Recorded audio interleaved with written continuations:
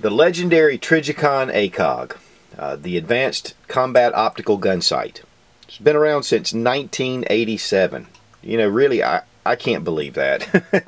I wanted one for a number of years when I bought this one in 1999. And I'd been really wanting one. I just happened to have, I think at that time it was around $850. These sights now are about $1,100 to $1,200. And we're going to talk a little bit about the Trijicon ACOG and why this is my favorite combat scope. They are expensive, and there's good reasons for that. These are not extravagantly expensive, it's just that it costs this much to produce such a fine optic. And they've proven themselves over and over on the battlefield with the U.S. military. In fact, there are over 500,000 ACOGs that have been produced, and that was in 2009. And they're just as popular now as they ever have been, even at the price. Now they go all the way from 1.5 power all the way to 6 power. And they will accommodate mainly the 223 or 5.56 rifles, but they do make a 308 version. It is a dual illumination technology, especially with the fiber optics. With the tritium filled piece that's inside, there's a small tritium insert that lights up the reticle, and then there are etched reticles.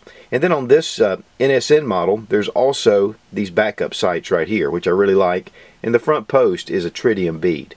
So there's so many different options, there's so many different types. The most common is the 4x32, this size right here. The 3.5 power, there's some reasons that I went with this that we're going to talk about in a little bit. But these scopes right now run from anywhere from $1,100 to $3,700 for an optic. And I know some of you guys are, you know, saying, well, I'm going to buy this, buy that. You know, I understand that. And as many rifles as I have, I can only outfit just a couple, as you've seen here. And there was a 14-year break in between buying these two. But one of the things that you need to consider is, if you really can afford one, I would highly recommend it. You know, I've had this one for 14 years. I am getting ready to send it back to Trijicon because the tritium is starting to really fade. And then I can go another 14 years without any problems. Now, the unusual effect of the aluminum housing, it's very molded-like, very space age, and it's very appealing. It looks like a optic made for combat, and it is. Now, if you'll notice, the TA11H is a lot longer, even though it's just a 3.5 magnification. Whereas the TA01 NSN, which is a 4 magnification by 32, this is a 35 objective. One of the big things and one of the complaints about the standard ACOG is the eye relief. The eye relief on the regular 4x32 is only 1.5 inches. So you've got an eye relief about this far out, which means you have to really get your face up to the optic and to bring the optic way back. They did extend the eye relief almost 1 inch to 2.4 inches. So you're going to have a longer eye relief, which gives you a lot more capability. Now with the TA11, it's 8 inches in length, even though it's 3.5 power. With the TA01, it's 5.8 inches. So you have about 2.2 inches difference in the two optics. And I think that is where they had to really extend that to be able to get that little bit longer eye relief. This is a very compact scope. It's very just tough as nails. But so is this. It's just not quite as compact. But still, compared to most of your scopes, this is still a compact little scope. Now this is the TA51 mount, and it comes with both of these optics. There are a lot of aftermarket mounts out there. One of the most popular is the ARMS throw lever mounts.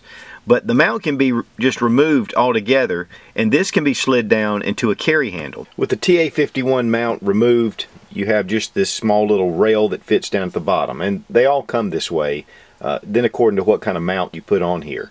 Trijicon fits down into that channel.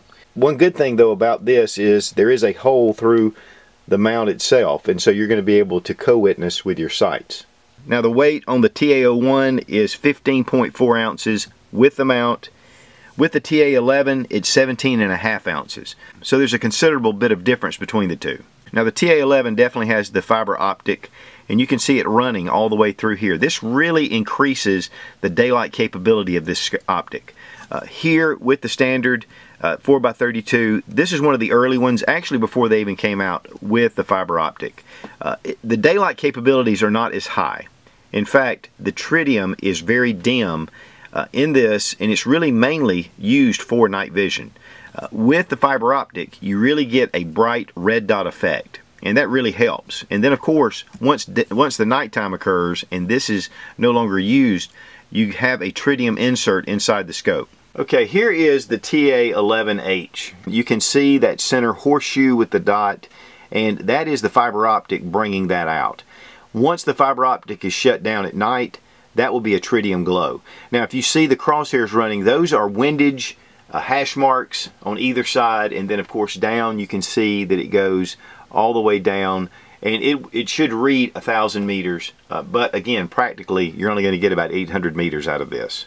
This is more or less what you're going to see in the absence of light. You're going to get the tritium horseshoe, and that's what you're going to be able to spot, and then you can line that up with whatever's in the distance. And as you can see, we can take it off the fiber optic and we get that light reinforcing it.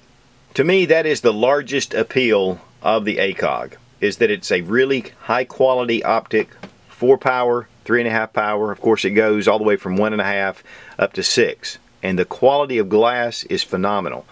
But you don't have to worry about batteries, and it's going to have that tritium insert that's always going to be there. Trijicon now makes a version that is electronic, and of course with this housing and with everything, it is a phenomenal system.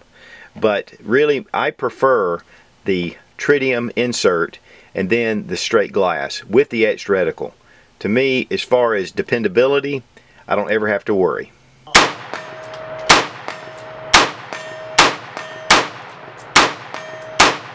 Now, Glenn Bendon, the founder of Trijicon, came up with the Bendon aiming concept, or the BAC. And that's where you keep both eyes open at all times. Now, I've talked about this before in other videos about keeping both eyes open. But one of the things about having magnification in an optic is that as you're looking through and you're moving, your eye unfocuses. You have both eyes open, this eye stays focused. So if you have something, even when it's running, you focus on this eye and you keep the red, whatever reticle you have in here, on target. So as you're moving, you're still seeing the target with this eye, but the magnification is coming and the red dot's right here. Once you stop on the target, then your brain takes over and switches to this eye, and then you're able to take your shot. And so that's a really important concept to know. It's the same thing as if you're using a red dot, but the problem is with the magnification, again, it's going to blur that vision. It's not going to be in focus. So this helps you to keep your peripheral vision open and your depth of field. And so a lot of things that are really important about the BAC concept. And these optics being shockproof, I mean, they've been tested to the extreme. Obviously by the U.S. military, has certain criteria. But these have been dropped from huge distances. They've been beaten, thrown. Of course, they are waterproof, and that's going to keep out moisture and dust. It's just a fantastic system. But again, it comes with a price. Now, one of the big improvements over these two models is what's under the scope cap. Number one, you'll see there's not a tether on the originals. Then when you pull it off, you need a tool to adjust this. And of course, you can use the end of a case, a spent round, but still, it still needed that tool. Here with the new design, it's toolless. So you can just turn it with your fingers and get the adjustment that you need. So this is a really nice upgrade. In fact, you can even send your old ACOGs back and have that done, but I'm sure it would be very expensive. I'm going to leave mine. One of the things you don't want to do too is to actually pull this all the way out. In fact, you never want to disassemble this scope. It does have a tritium insert in it. There are gases that are contained inside here to keep down condensation, keep it waterproof and things like that. So just be careful when messing around. You don't want to disassemble or unscrew anything you know, while messing with your scope. And really, you should never need to.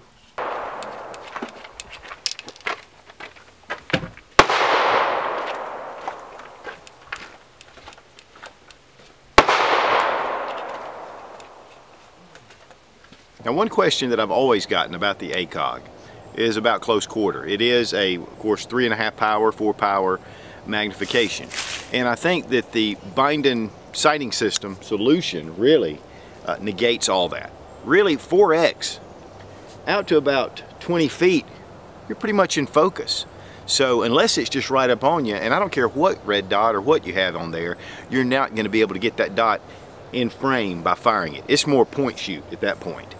So anything that's really close up, you're going to be able to hit it pretty quickly with this kind of red dot, especially with the fiber optic, because really it just brings it up so quick. This just reinforces eyes both open. It gives you a night sight without a night vision scope. Yes, it costs about as much as some of the cheaper night vision scopes, but this will really give you a reference point in the dark. During the daylight, you have a bright light. Of course, a lot of the models do come with the RMR little backup sight that fits down into here. It's a doctor sight, and it's really great for close quarter. That's what a lot of guys are using. Of course, it's a pretty hefty upgrade on these scopes, but if you want to put one on there, it's really nice to have as a backup sight. There are a number of companies out there making fake ACOGs, and you have to really be careful. Really, the fit and finish is going to be the telltale, but one of the things that they have is their serial numbers on these two pieces here that match, and then also right here the serial number in these letterings. And then there are other things about this, the different markings. Of course, it says made in the USA right here at the bottom. Over here, ACOG, and then Trijicon ACOG. Looking for all the different features. Now, the older version did have the serial numbers here and here, but not here. It's a different number. So, in fact, this is the model number on the side. Now, one of the things that's really unique about Trijicon is they have ACOG 4x32, and then they have JN8:12, and that is actually a reference out of the New Testament, John 8:12, and you can look it up. Nightline got a hold of that a few years ago when I did this video, my first initial video on the ACOG. And in fact, I was on Nightline, just my hands and my voice. They ended up leading to the U.S. military having to either scratch these numbers and these figures out, this Bible verse reference, and anything ordered after that would have to be without the scripture reference, which, you know, it's a sad thing, but it's the times we live in. Your ACOG will come in a hard plastic case. This is with foam, all the different things you get with owner's manual and stuff like that. But you also get one of the scope covers, and this is the scope coat right over your optic. Makes it really nice, protects it. They originally came with a kind of a bikini type cover, which this one comes with, covers the back and the front. I'm not sure if they still come with these. I'm pretty sure they probably come with the scope coat. But the original also came with a Pelican case, which they no longer have the Pelican cases. It's a hard case. Now, I never kept mine in the Pelican case anyway. I did come across it the other day, but I couldn't find it. I just had it stocked away.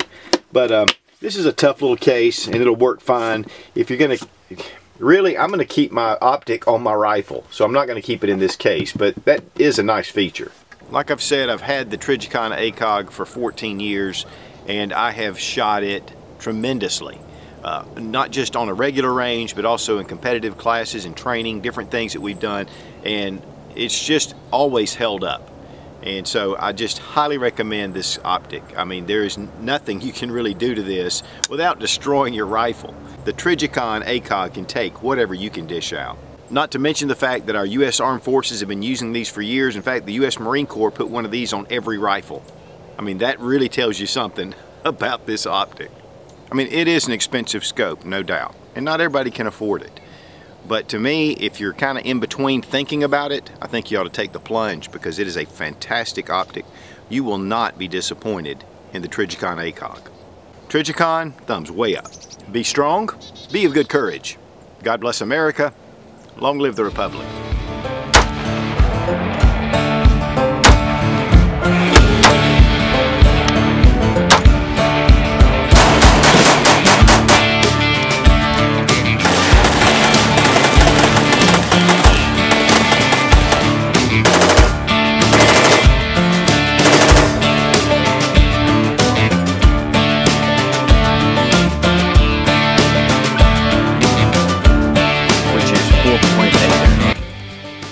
This will fit down into your charging handle. The optic itself to a charging handle. There is a bullet drop compensator. It's called the bend-in aiming concept. Oh yeah! Amen to ACOG.